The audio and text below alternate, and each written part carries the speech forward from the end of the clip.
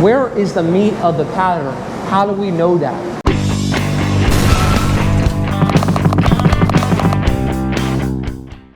What's going on, everyone, and welcome back to another episode of Paint Society, the channel where the learning doesn't stop when the video ends. Today, we have a great one for you, a really important, basic how to set up your gun to paint a car or any automotive part.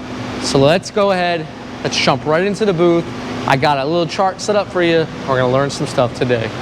Okay, class, for today, what we're gonna be doing is we're gonna be utilizing this chart. We're gonna learn about fan, fluid, and air. The three basic most adjustments we will need in order to get a good spray pattern. Once we learn it, we're going to apply it right away onto our bumper. That is the easiest and the best way I feel it is for you guys to learn, so we can see exactly what we're doing. We're gonna show you how the paint goes on. We're gonna zoom in on the paint and show you what's going on. All right, so let's get started. Today what we're gonna be using is a sealer first, because that is what the bumper will need. So let's first get familiar with our paint gun. On our paint gun, we have first our pressure. Air comes in through the bottom, it goes through the whole paint gun, it atomizes the paint to be released through the nozzle and onto your panel. So air is very important, but we're not gonna adjust air just yet. The first thing that we're gonna do is take a look at what do all these knobs mean. I chose the GTi Pro Lite because it is a very traditional gun and it matches many other guns that are on the market now, and all basic guns are very similar. On the bottom, we have the air adjustment valve. I keep this completely open, all right? So you can put it all the way in and then turn it all the way out. That stays completely open. Next up, we have our fluid. Now that I have my PPS with the sealer out, I can show you how we set it up and what a good baseline is. So first, I'm gonna squeeze my handle all the way in, and I'm gonna back out this and just until it comes off, all right? If it comes off, we put it right back on. Now I'm gonna turn this until I get resistance, okay? At this point right here, it stopped moving, okay? If I were to release the trigger, it would keep moving. So let's back it out once more, pull the trigger, and we turn it, it has stopped moving. This setting right here is called wide open.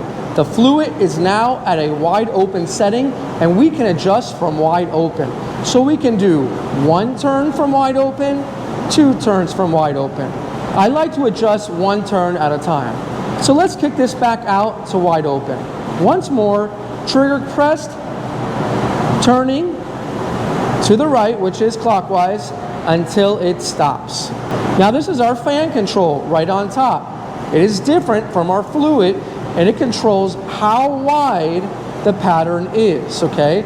So some fans can be super wide, some fans can be a little bit small. And I'll show you what fan means on the board in just a moment. For here, we keep it all the way out, and we can just give it a little bit of a quarter of a turn just to clean up our edges. Now, let's apply what we've just learned to the chart. We just discussed fan, fluid, and air. Once again, we have our air, we have our fluid, and we have our fan. We keep this wide open and we adjust from here. For now, we're gonna put our air right around 22. Now, just because it's at 29 now does not necessarily mean it's gonna spray at 29. You wanna adjust your air when you have your trigger pulled at least halfway. Speaking of which, when you pull it halfway, only air comes out. If you pull it more, you have your fluid coming out. So this right here is the pattern we're going to discuss now. This is how we want our pattern to look. It should never be top heavy or bottom heavy. We want to be about this much away from the panel. So to do that, you're going to take your pinky and your thumb and you're going to put your middle fingers down, and that is the distance just about that you want to be from your panel, okay? From that distance, we are going to recreate this spray pattern right here at about 23 psi. As we can see now, they are very similar. If it was wide on top or wide on the bottom and thin in the middle, that means that these little holes right here are not cleaned out and they're not allowing the air to spray properly. To demonstrate that, I'm going to plug up one of these little holes with tape.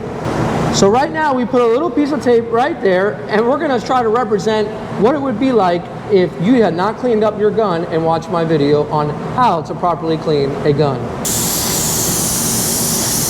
Take a look at the pattern now. Do you see on the bottom how it's much wider than the top?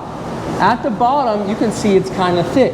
And what that would mean is you could possibly have too much fluid going towards the bottom, and that type of thing could give you a run on one of your panels. Now let's remove it and let's try it again.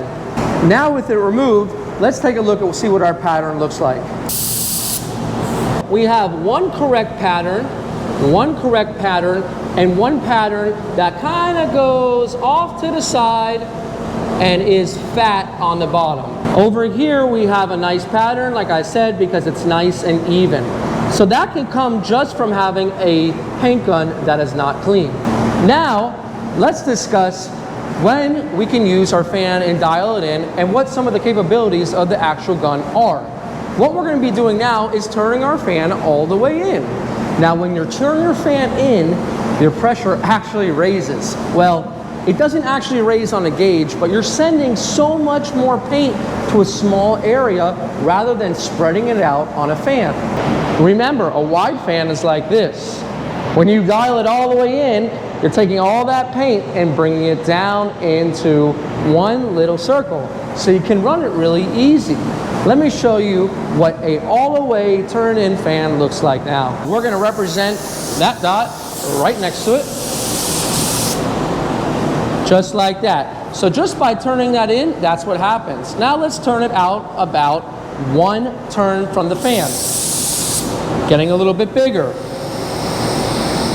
Another turn. A little bit bigger.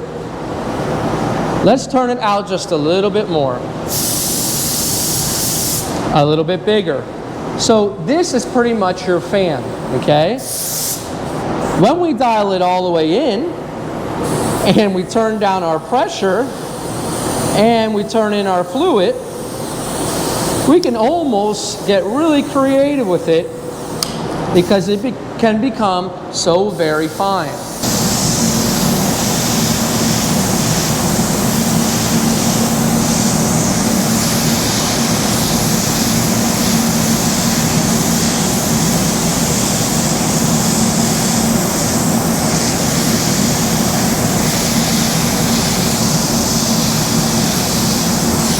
Did you guys see that? I barely triggered it. Okay, you don't have to pull it all the way. You can barely pull it, and it kind of is like a little bit of an airbrush. So if you got an area that you need to kind of just blow in air at the corner of a door where maybe you burned through, you can kind of open up your fan a little bit. You can turn in your fluid, and you can lower your pressure, dust it on. Now all that is fun, right? But is it really going to help you to write your name on a car? Yeah, it might be pretty cool, but we need to know where we should be spraying when we have our gun optimized for the perfect settings. Where is the meat of the pattern? How do we know that? Well, let's go back to our initial settings that I taught you before. Remember, fan wide open, give it a little bit of turn to kind of clean up those edges. Take your fluid, and I'm going to do it upside down. I'm going to disconnect my air. I'm going to do upside down so the fluid doesn't come out the gun. I'm going to turn it all the way out. I'm going to hold that trigger once more. I'm going to push it in, turn it in until it stops. I'm wide open. I'm right where I want to be. You're going to play around with the air pressure with the fan. Remember, you need enough air to fill that fan. Let's talk about a WS400, for instance. That gun has a huge fan. If you don't have enough air, it won't fill up the fan, and you'll have just a lot of dry spray going into the air. Now that we have our gun all set up, let's make believe that our panel is just about here. Where we want our meat of the actual fan to be, where it's the best optimization, the best atomization, is right in that area, which is why we use this distance. So if we're spraying, we should be right around here, And we want this area right here. If we're spraying this far away, we're only getting the dust. But if our panel is right here, we are getting what matters most. And what matters most is that thick block of atomization. Watch it right here. Too far away. Look at that inconsistent spray pattern. Now let's go just at the right distance. Do you see the difference in the spray pattern? Do you see how beautiful it is? Now let's apply it right here.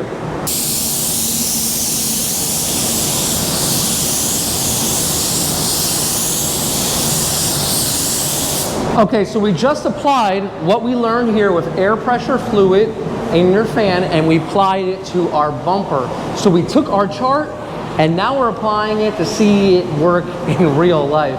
Let's take a look. So what we have here is we just sprayed our sealer. Now this will dry flat, and then we have the edge of our fan. Now we like to have a very nice soft edge, and look at the droplet size. Do you see how fine they are? Okay. Let's make believe that we had a lower pressure. Remember that video on how to spray clear coat, and I discussed atomization and how big droplets do not like each other and they just kind of sit out there, and we want fine droplets? Well, that is exactly what we have here. So what I'll do now is I'll continue that about 80% overlap over the whole bumper. Take a look at those fine droplets. Nice and smooth, just what we want. Remember, this is a sealer. So what I'll do is I'll continue to finish this. I'll show you what it looks like when it's all done. All right, so I really hope that this gun setup video helped you. As you can see, our bumper here is nicely painted. It is completely flat because we had a nice, consistent fan and fluid control paired with our air pressure thanks to the chart. If you guys have any further questions, make sure you drop a line down in the comments. Give me some time. I always get back to my comments. And this is Brian from Paint Society reminding you, don't overthink it. It's just paint. I'll see you guys in the next one.